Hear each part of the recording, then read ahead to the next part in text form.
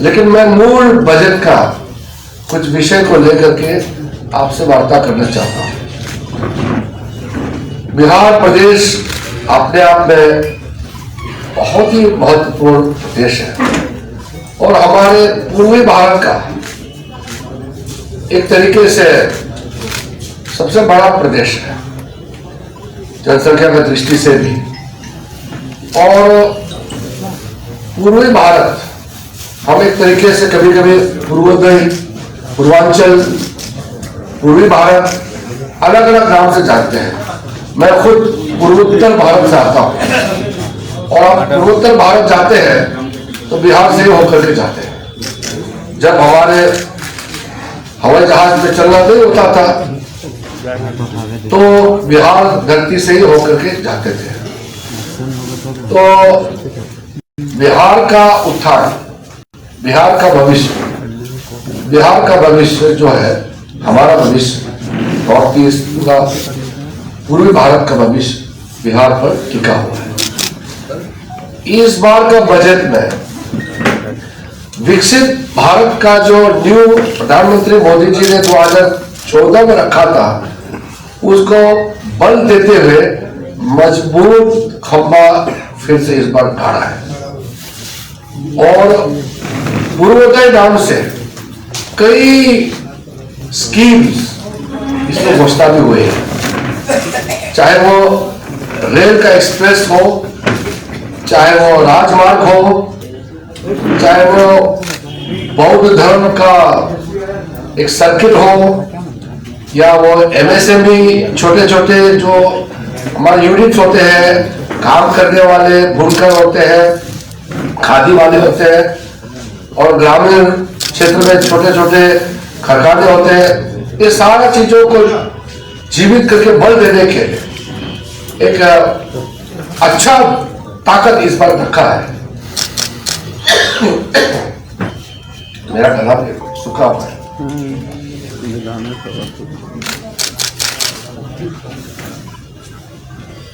तो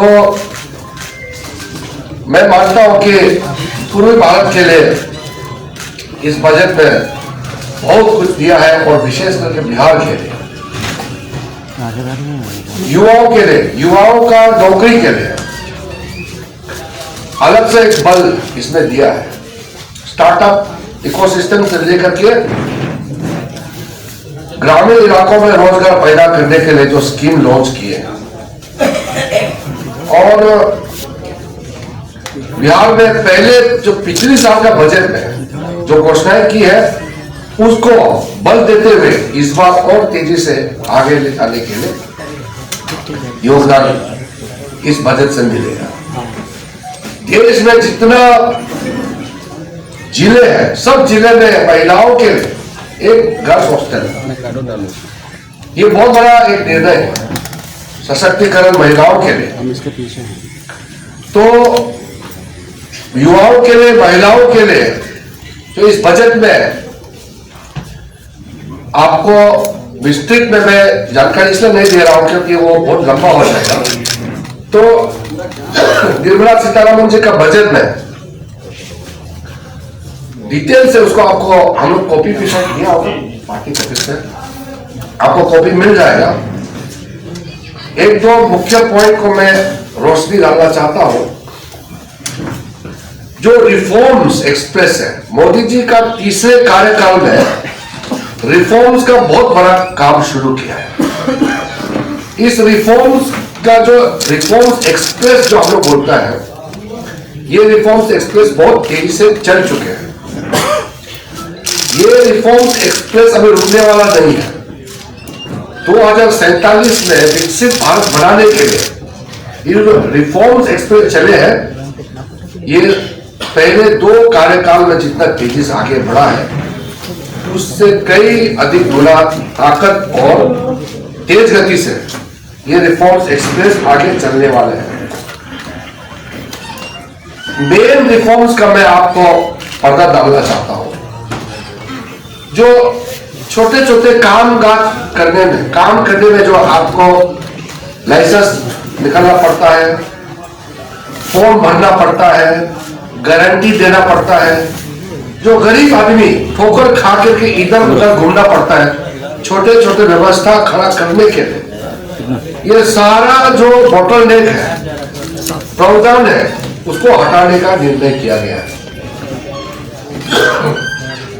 एक high level regulatory reforms committee वो बनाया गया है, जिसमें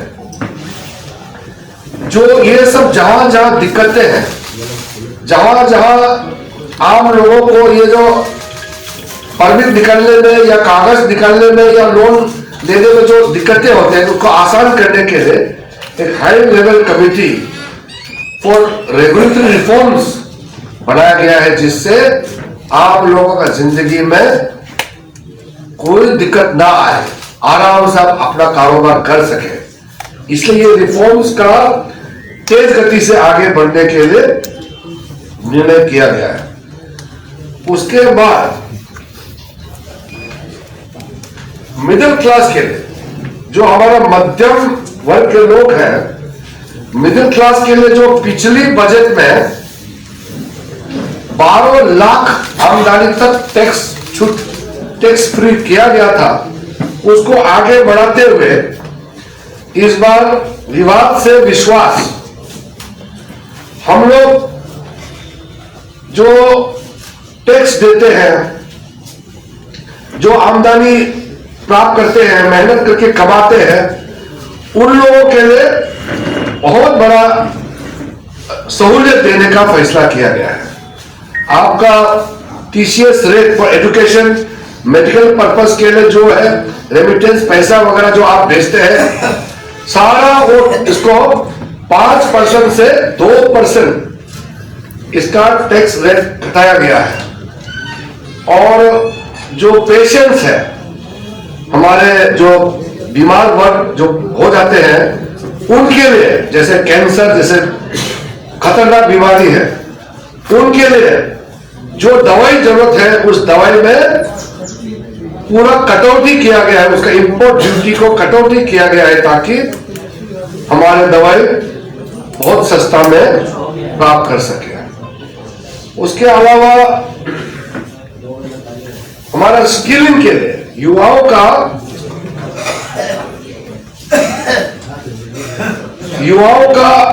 स्किलिंग के लिए, स्किलिंग मतलब जो आप सेल्फ एम्प्लॉयमेंट कर सकते हैं, अपना आप एंटरप्रेन्योरशिप करके अपना पैरों पर खड़ा कर सकते हैं। विकसित भारत के लिए आप जो भी आपका क्षमता के अनुसार आप काम कर सकते हैं, उसके लिए स्पेशल मैन पावर ट्रेनिंग देने के लिए विशेष सुविधा कॉर्पोरेट मित्र का इस बार कॉन्सेप्ट लॉन्च किया गया है। स्पेशली ये छोटे शहरों में, 2 टायर 3 टायर, पटना नहीं, इससे छोटे छोटे शहरों में इसको लाभ मिलेगा। वहां जो गांव से और बड़े शहर के बीच में जो टायर 2 टायर 3 शहर होते हैं, वहां इसका लाभ मिलेगा। उसके बाद युवाओं को ताकत देने के लिए मोदी सरकार ने क्वालिटी एजुकेशन पर बल देते हुए बजट में नेशनल इंस्टीट्यूट ऑफ हॉस्पिटैलिटी का गठन किया गया है। इसमें होटल मैनेजमेंट, जैसे बिहार में भविष्य में टूरिज्म का बहुत संभावनाएं है, जैसे बोध गया से लेकर के नालंदा से लेकर के पटना और भी कई जगह लोग आना चाहते हैं, उसको युवाओं को ट्रेनिंग दिया जाएगा। हॉस्पिटैलिटी इंडस्ट्री में हमारे जो टूरिस्ट है, जो बाहर से लोग आते हैं, पर्यटक है, उनको संभालने के लिए और अपना ताकत को बढ़ाने के लिए विशेष ये हॉस्पिटैलिटी इंस्टीट्यूट जो खोला जाएगा, उसमें national council for hotel management and catering technology के नाम से ये बड़ा इंडस्ट्री डेवलप होगा और बिहार जैसे राज्य में इसका सबसे बड़ा फायदा होगा। और यहां इंफ्रास्ट्रक्चर का लॉन्ग टर्म ग्रोथ के लिए आपको मालूम है 2000 2004 से 2014 हम तो विपक्ष में रहे हैं। आखिरी बजट जब दिया था यूपीए सरकार ने 2 लाख करोड़ इंफ्रास्ट्रक्चर के लिए उनका टोटल बजट था। आप सोचिए आज से 11 साल पहले 2 लाख करोड़ यूपीए का बजट था। ये सड़क बनाने में, रेलवे लाइन बनाने में, बाकी जो सीधा इंफ्रास्ट्रक्चर बनाने में। अब सोचिए इस बार लगभग 12.5 लाख करोड़ इस बार दिया गया है। मैं खुद बहुत करीब से मैंने देखा है। मैं जब चुनाव लड़ा, गाड़ी खरीद के मैं दिल्ली से 5 गाड़ी लेकर के अरुणाचल प्रदेश जा रहा था। बिहार को क्रॉस करने में 3 दिन लगा मुझे। 1991 में बनारस से गया होते हुए, ये मध्य बिहार से होते हुए किशनगंज से मुझे बंगाल पहुंचना था। 3 दिन लगा उस समय। अभी आप बिहार का एक कोने से दूसरे कोने 1 दिन में आराम से पहुंच सकते हैं। तो ये जो अटल जी ने जो एक प्रधानमंत्री ग्राम सड़क योजना चलाया था, उसके अलावा इस देश में कोई बड़ा कार्यक्रम नहीं था। आज तो ये जो 12.5 लाख करोड़ का जो कैपिटल एक्सपेंडिचर जो इस बार दिया है, उसका बहुत बड़ा इसका शेयर जो है वो बिहार के लिए होने वाला है। जो मैंने आपको शुरू में बताया, जो यहाँ कॉरिडोर, एक्सप्रेस हाईवे, रेलवे का कॉरिडोर, आपका राजमार्ग का कॉरिडोर, बुद्धिस्ट सर्किट, अन्य टूरिज्म सर्किट जो खोलने वाले हैं, ज्यादातर ये जो 12.5 लाख करोड़ जो लागत होगा वो पूर्वोत्तर और पूर्वी भारत में होगा। यानी कि बिहार, बंगाल, ऊपर का आंध्र प्रदेश, झारखंड और पूर्वोत्तर भारत, ये जो पूर्वी भारत में इसका सबसे ज्यादा लागत होने वाला है। तो इसीलिए आज मैं पटना में आपके बीच में आया है, तो हमारे लिए, पटना के वासियों के लिए और बिहार वासियों के लिए ये बहुत खुशखबरी है। इसलिए बजट सुनने के बाद कुछ लोग भूल गया होगा, इसलिए मैं सोचा कि फिर एक बार आपके माध्यम से लोगों तक ये संदेश हम पहुंचाया जाए कि ये बजट में बिहार और हमारा पूर्वी भारत के लिए कितना बड़ा कदम उठाया गया है। उसके बाद में इस बार एक नया कॉन्सेप्ट लेके आया है बजट में। पहले हम लोग बोलते थे बड़ा शहर ग्रोथ इंजन होता है, जैसे पटना, बनारस, लखनऊ, कलकत्ता या मुंबई, चेन्नई वगैरह। इस बार के बजट में जो बीच वाला है, 10 लाख 20 लाख बीच का जो जनसंख्या वाला शहर है, टायर 2, टायर 3, इन शहरों को विकसित भारत का ग्रोथ इंजन बनाने का फैसला किया गया है। और ये गांव और बड़ा शहर, जैसे पटना और गांव, इस बीच में जितना भी शहर आता है या और भी अलग अलग जगह में, क्योंकि टायर 2 और 3 टाउन मेरे ख्याल से हमारा देश में सबसे ज्यादा उत्तर प्रदेश और बिहार में है। टायर 2 और टायर 3 शहरों का संख्या बिहार और यूपी में सबसे ज्यादा है। तो जब टायर 2, टायर 3 को ग्रोथ इंजन बढ़ाना, मतलब वहां का सारा व्यवस्था, सिविक एम्यूनिटी से लेकर के वेस्ट से पावर जनरेट करना, या हमारा वहां पे लोकल एम्प्लॉयमेंट जनरेशन करने के लिए व्यवस्था खड़ा करना, ट्रेनिंग का सेंटर खड़ा करना, स्वरोजगार का व्यवस्था खड़ा करना, उससे लेकर के और जो बड़ा शहर में जो फैसिलिटी है वो भी उसमें भी अवेलेबल किया जाए, उसका सबसे बड़ा शुरुआत इस बार का बजट में किया गया है। तो मैं मानता हूं इसका लाभ बिहार जैसे राज्य को बहुत बड़ा फायदा मिलने वाला है, और इसका भी विस्तृत जानकारी आपको जरूरत पड़ने पर दिया जाएगा। बजट डॉक्यूमेंट आपके पास होगा, और वैसे हमारा वेबसाइट में आपको इसका डिटेल मिल जाएगा। इसके अलावा हमारा जैसे बिहार में बरसात के दिनों में ये कोसी नदी और कई नदियां हैं जो बाढ़ पैदा करते हैं, उसके लिए भी आप सोचे इस बार का जो एडिशनल जो फ्लड कंट्रोल का स्कीम है सिर्फ बिहार को मिला है।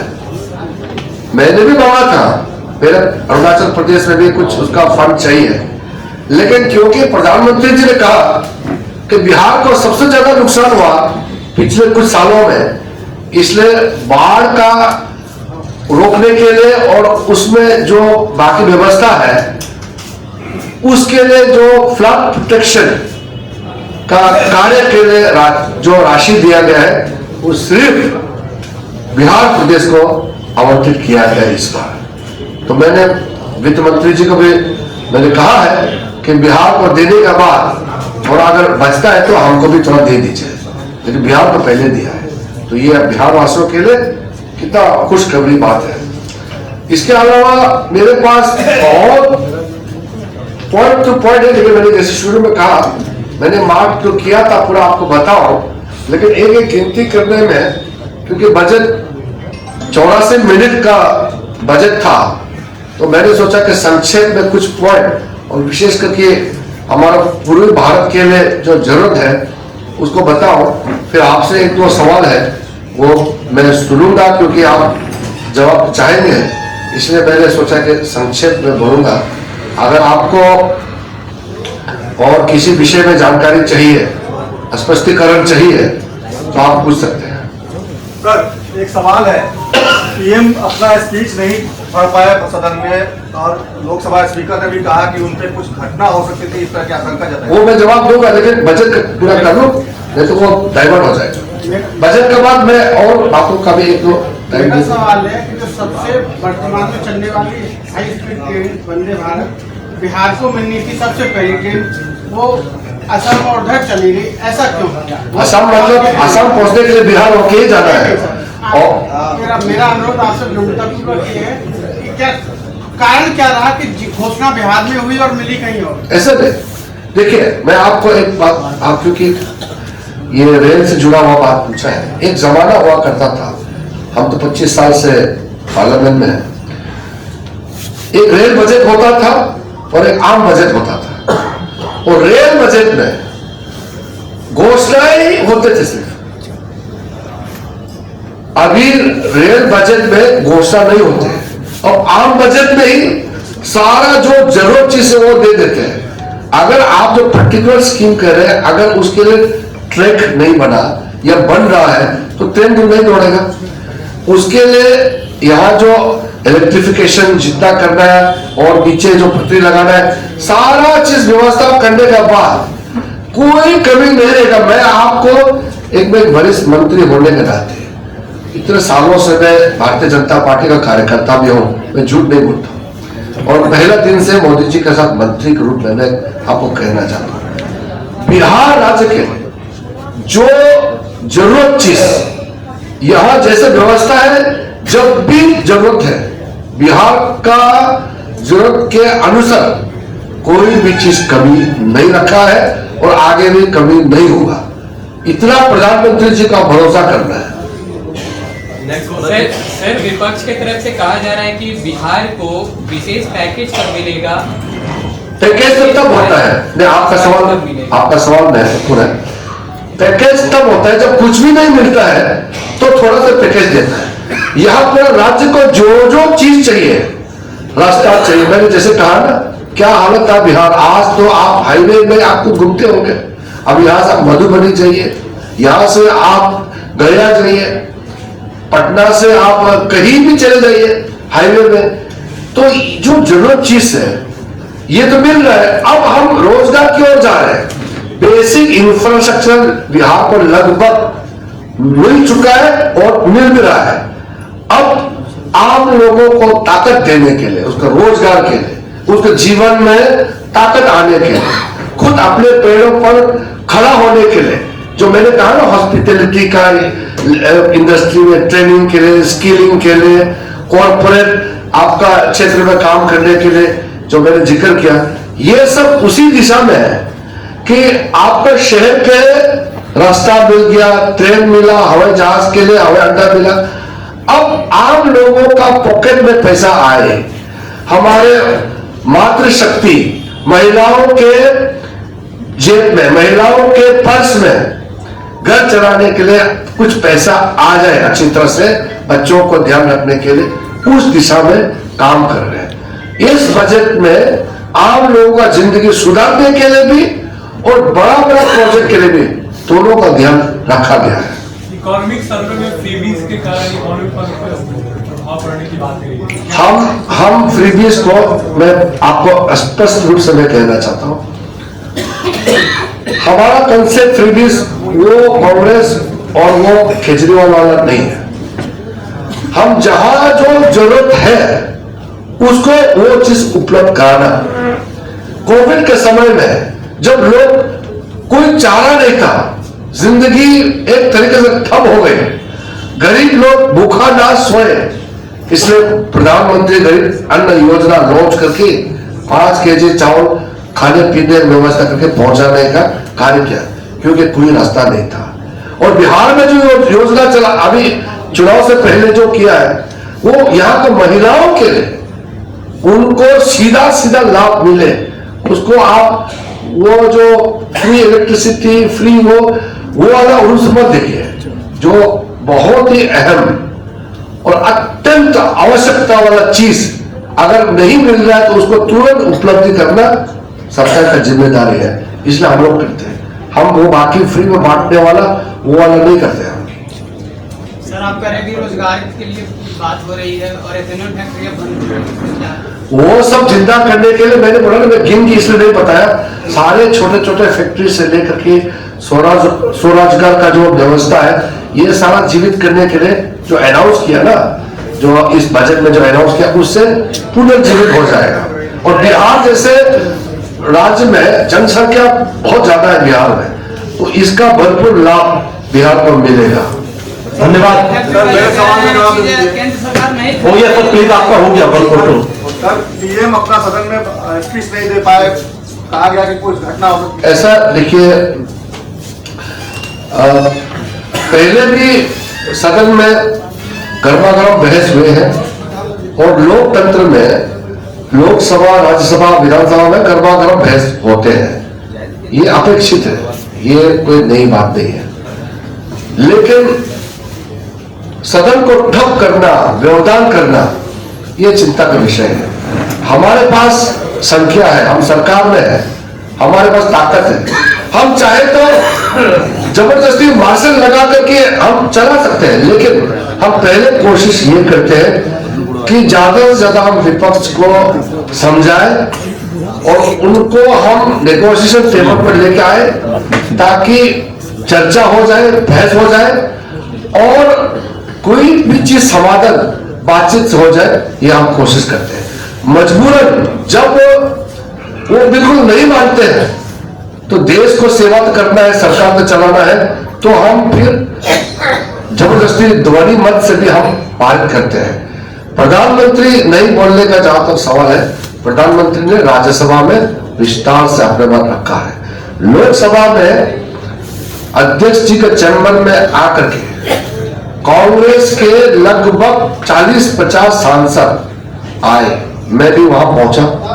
मैं और अध्यक्ष जी को उन्होंने अलग शराब बातें बोला, हमने कहा कि हम जवाब नहीं देंगे, कि हम सरकार में है, हमारा जिम्मेदारी हम समझते हैं, लेकिन कुछ ऐसे बातें उन्होंने कहा और बाद में कई जगह ये बात कहा, तो अध्यक्ष जी ने ये समझा कि पहले हम मौका देते हैं, अभी तुरंत अगर प्रधानमंत्री, देश का प्रधानमंत्री आते हैं, पद का गरिमा होते हैं, हम नहीं चाहते कि प्रधानमंत्री का पद को, उस पद का गरिमा को किसी तरह से कोई चोट ना पहुंचे।